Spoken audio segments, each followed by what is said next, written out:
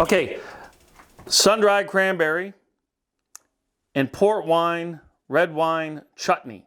Here's what you need. Red onion, cranberries, sun-dried cranberries, red wine, port wine, orange, corn starch, and a little bit of brown sugar, which I have in the cabinet.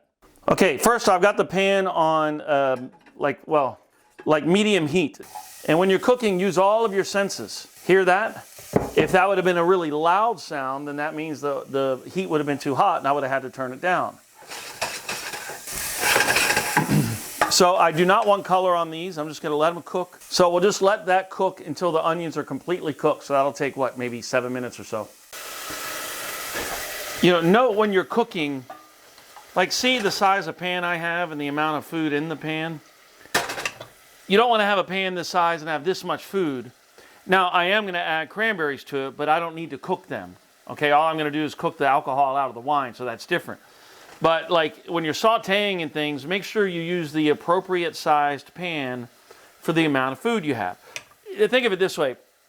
If you're sauteing anything, you should not have more than one layer of food in the bottom of the pan, okay? Okay, onions are cooked. I added just a splash of water, and that's a little trick. If the pan's getting too hot and you're afraid it's going to get a little color, pull it off the heat, add just a splash of water, and put it back on the heat. Now, I'm going to add my sun-dried cranberries. That's good. Now, a little bit of red wine, the rest port wine. Now, if you want, you can do all red wine or you can do all port wine. It's your choice. I'm going to add a little bit of orange zest.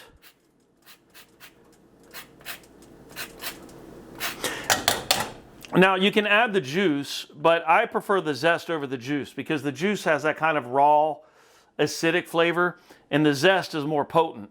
Now, keep in mind, if you want a stronger orange flavor in your chutney, you can do one of two things.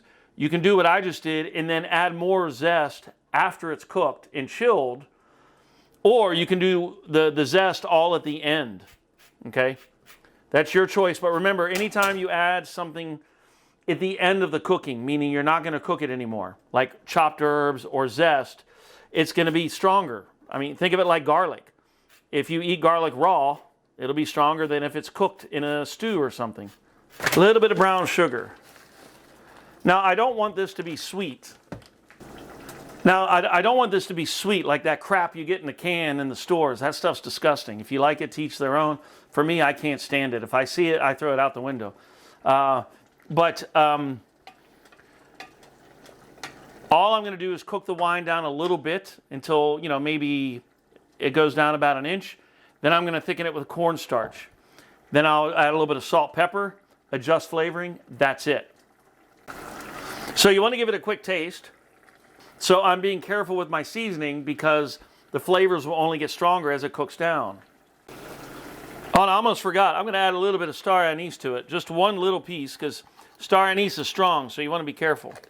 Now, how much do you cook it down? Well, that depends how much sauce you want clinging to the cranberries. This is about usually where I do it. If you can see that, you can see the level of the wine is probably, about that far underneath the cranberries. So what am I going to do? I'm going to take some cornstarch.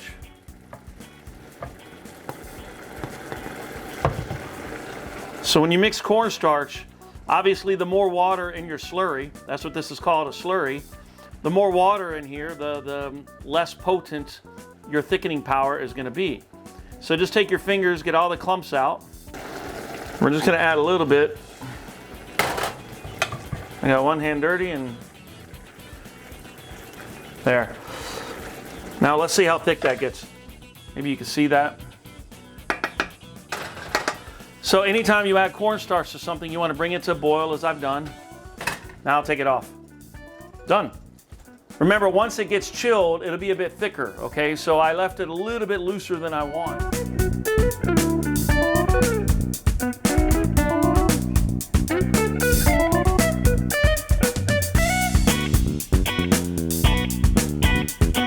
Plus, I don't want that real thick jelly kind of stuff you get in stores. Oh, and then don't forget a little bit of salt, a little bit of pepper.